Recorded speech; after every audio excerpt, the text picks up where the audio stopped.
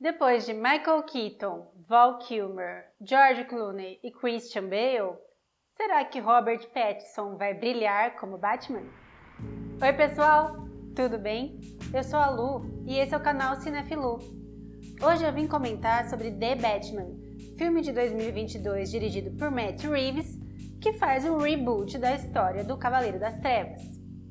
Aqui a gente vai acompanhá-lo nos primeiros anos combatendo o crime em Gotham City, com o seu aliado policial Jim Gordon, enquanto ele vai descobrindo a corrupção nos altos escalões da cidade e investiga uma série de assassinatos em que o assassino está mandando umas mensagens misteriosas para o Homem-Morcego. E se Batman Begins, do Christopher Nolan, lá em 2005, seu lançamento, já era considerado sombrio, em The Batman essas sombras crescem dentro e fora de Bruce Wayne. Então, o Bruce Wayne do Robert Pattinson, ele é sombrio e bem atormentado. A gente vê inclusive ele sendo rude em algumas cenas com o Alfred. Ele é bem mais magro, fala de vingança e fala que não se importa com o que acontece com ele. E a gente vê isso em cenas como, por exemplo, quando ele já tá em casa e não tirou a tinta preta dos olhos que ele usa como Batman, numa cena que até me lembrou o Corvo do Brandon Lee, ou quando ele tá investigando coisas ali na casa dele, sem camisa, num ambiente claramente frio. E o filme também mostra como não só o Batman, mas também o Bruce Wayne, na sociedade de Gotham, eram considerados ali esquisitões. Gotham City é um personagem importante do universo do Batman, né? Enquanto, por exemplo, a Metrópolis do Super-Homem ou a Nova York do Homem-Aranha são cidades limpas, bonitas, que tem um povo inocente a se proteger, Gotham City ela é sempre retratada como suja, decadente, perigosa, né? Como se a corrupção da própria cidade gerasse os vilões do Batman. Sejam eles mafiosos, autoridades corruptas ou insanos. Os próprios problemas da cidade geram esses vilões e, inclusive, o próprio Batman pode ter sido gerado por esses problemas. E eu gostei bastante da caracterização da Gotham desse filme. Ela tem uma névoa, algo de Nova York sombria, me remeteu a algo tipo um futuro sombrio, distópico, sabe? Contribuindo para toda essa sombra do filme, juntamente com a fotografia do filme, que é bem escura. Em muitas cenas a gente consegue ver só um pedacinho do rosto dos personagens, uma luzinha amarela quando eles estão em primeiro plano. Tem poucos planos bem abertos, é uma coisa um pouco mais intimista, mesmo em cenas como, por exemplo, perseguições de carros. E em algumas cenas é usado um contraste entre essas sombras, onde estão os personagens, e um amarelo, como por exemplo em Amanheceres na Cidade, que são cenas bem bonitas. E esse amarelo e preto é um contraste que já tradicionalmente vem do Batman, né? Mas aqui eles também trazem o vermelho para marcar uma nova identidade do personagem. E a trilha sonora também contribui para esse tom do filme.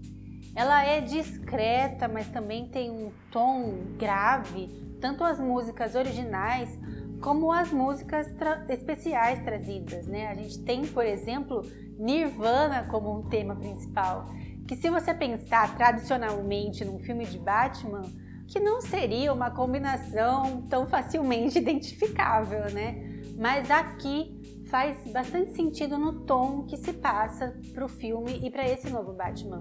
Não poderia deixar de comentar também o uso da arquitetura gótica em alguns prédios, mas principalmente na casa do Bruce Wayne, que aqui não é a mansão Wayne, é uma torre gótica no meio de Gotham, com uma arquitetura super vampiresca que persegue o Robert Pattinson. E outro símbolo muito importante do Batman que foi repaginado é o Batmóvel.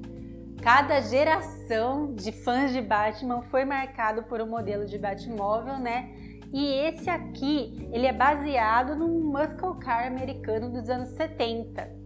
É uma mistura do motor a jato tradicional do Batmóvel com esses muscle cars customizados que parecem mais saídos de Mad Max. E, inclusive, podem influenciar bastante oficinas por aí. O Batmóvel é um símbolo tão importante do Batman que aqui a cena de apresentação dele não só mostra ele saindo das sombras, que vai impressionar os fãs do Batman, como os fãs de carro, e mostra como ele é um pedaço mesmo dos Cavaleiros das Trevas. E essa cena ela precede uma das cenas que me fez pagar a língua, porque eu sempre dizia por aí que eu não gostava muito de filmes que tinham perseguições de carros com explosões, porque tem um monte de filme que usa esse tipo de cena só para encher linguiça, mas uma das cenas que eu mais me impressionei nesse filme foi uma perseguição de carro com explosão. Essa cena, mesmo sendo em alta velocidade, ela conseguiu passar tensão e adrenalina de uma forma que empolgou bastante. A gente consegue entender o que está acontecendo na cena pela forma que ela foi filmada. A gente consegue ver os carros, né, quando eles estão filmando pela lateral, alguns planos em que a gente vê só um pedacinho do carro ali focado no motorista e a rua, mostra como eles estão numa situação apertada, difícil ali de sair. Então isso vai aumentando a tensão até o final da cena, que é apoteótico. E isso mostra como a forma que se filma faz toda a diferença. E eu também gostei bastante do uso da câmera em primeira pessoa, quando o Batman está fazendo alguns saltos, ou a Mulher Gato também, que parece que a gente está saltando junto com eles lá, bem legal. E falando na Mulher Gato, eu gostei bastante da Selina Kyle da Zoe Kravitz, inclusive do figurino dela, que eu achei muito bonito. E é legal como as interações entre ela e o Batman são orgânicas. No geral, as interações entre os personagens, a forma como eles se conhecem e interagem, é bem orgânico, bem costurado, então é um ponto positivo do roteiro.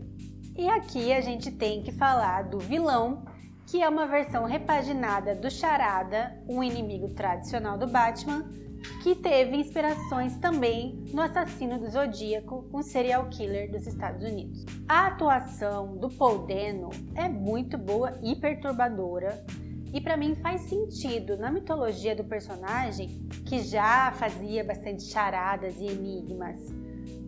Usar isso como se fossem mensagens codificadas de um serial killer. Mas para mim, a tensão funcionou melhor quando o filme foca em outras coisas. Num thriller de investigação, uma das coisas mais importantes é desvendar essas mensagens. Mas aqui, como tinham várias outras coisas para serem desenvolvidas, a maioria dessas mensagens acaba sendo descoberta bem rápido. Então acabou não causando tanto impacto. E o fato dele ser jovem e fazer o uso das redes sociais para incentivar outras pessoas a cometer atos bárbaros ficou bem pesado e realista. Inclusive, levou o Jim Carrey a falar numa entrevista, o ator que interpretou o Charada em 96 com um tom bem cômico, que até nem cabe nesse filme, né? Ele disse que ele achou até sombrio demais esse Charada aqui. E o vilão, ele usa uma justificativa social para cometer esses atos, o que me lembrou um pouco a justificativa do Coringa, no filme Coringa, para acabar cometendo os atos dele. Não sei se faz sentido para vocês. O que vocês acham? Comentem aqui. É interessante como é feito um paralelo entre a vida e os atos desses justiceiros mascarados, assim considerados por eles mesmos.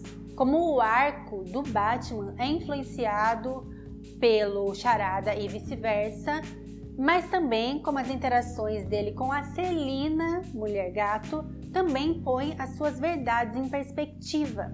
A gente vê diálogos em que o Batman e a Mulher Gato eles têm divergências sobre quem são as pessoas erradas de Gotham, ou por que as pessoas acabam se envolvendo em situações erradas, mostrando realmente uma perspectiva de classe e, por que não, de raça do personagem, que faz ele repensar algumas verdades. Então, os personagens têm arcos interessantes, principalmente o Bruce Wayne, Batman. O arco dele é bem claro e construído de forma bem feita dentro do filme. Então, The Batman tem uma estética bem interessante que faz sentido dentro do universo desse personagem, trazendo um misto de ação, inclusive as cenas de luta são bonitas, a gente consegue ver o que está acontecendo nelas, de filme de super-herói com grandes ações do vilão e do herói, e também traz um suspense de investigação, ainda que eu acredite que o filme funciona melhor das duas primeiras formas. No geral, o filme me agradou bastante. Ele tem quase 3 horas de duração, mas passou rápido e foi crescendo o envolvimento com o filme. Ele vai crescendo na tensão e você realmente consegue sentir a adrenalina e o envolvimento com essa história. Ele tem, no geral, um roteiro bem amarrado, uma fotografia bonita e sombria que faz todo sentido dentro do universo do Cavaleiro das Trevas.